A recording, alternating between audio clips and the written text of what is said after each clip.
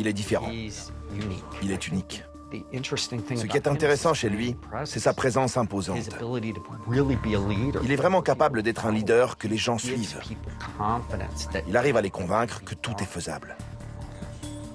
Il ressemble à un joueur de rugby hors de forme. Okay. Il a des os lourds, une grosse tête et il a de la force. Mais le plus marquant, c'est sa présence. La DEA doit leurrer le roux hors de Manille où son réseau de fonctionnaires corrompus lui assure de ne pas être arrêté. Jack envoie un message disant que le trafiquant colombien est d'accord pour faire affaire à condition que le Big Boss accepte de le rencontrer face à face dans un pays tiers.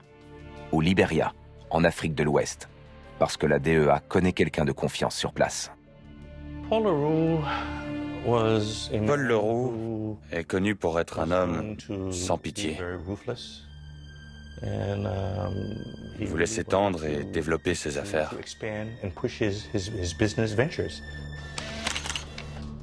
Fomba Sirleaf, le fils d'un ancien président du Libéria, dirige l'Agence nationale de sécurité de son pays. Il a déjà travaillé étroitement avec la DEA et partage la même volonté de stopper les narcotrafiquants. Paul Leroux s'est retrouvé dans notre viseur parce qu'on a souvent collaboré avec la DEA. L'agence nous a approchés pour nous parler de ce qu'il voulait faire au Libéria. Il voulait monter une base d'opération pour créer un espace de stockage ou une usine pour traiter une partie de sa drogue. Dans un pays extrêmement pauvre qui se remet encore d'une affreuse guerre civile, un riche criminel étranger peut faire des ravages. Il voulait investir des millions de dollars. Même si ce n'était que 5 ou 10 millions. C'est beaucoup d'argent au Libéria. Ça ne fait aucun doute. S'il parvenait à s'implanter et à déployer ses tentacules pour corrompre des gens dans notre société, ça aurait été très difficile de le déloger. Il fallait donc l'arrêter dès le départ.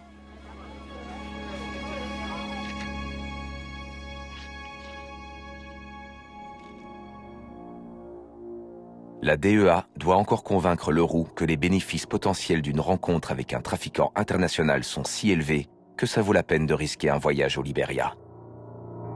On veut du réalisme. La mise en scène doit être aussi vraie que nature pour pouvoir l'attirer. Pour le faire venir, il fallait qu'il croie que tout était vrai.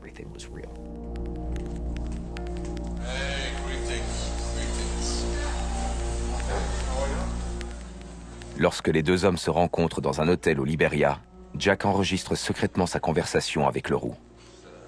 Si le Big Boss s'aperçoit qu'il a été trahi, Jack sera tué.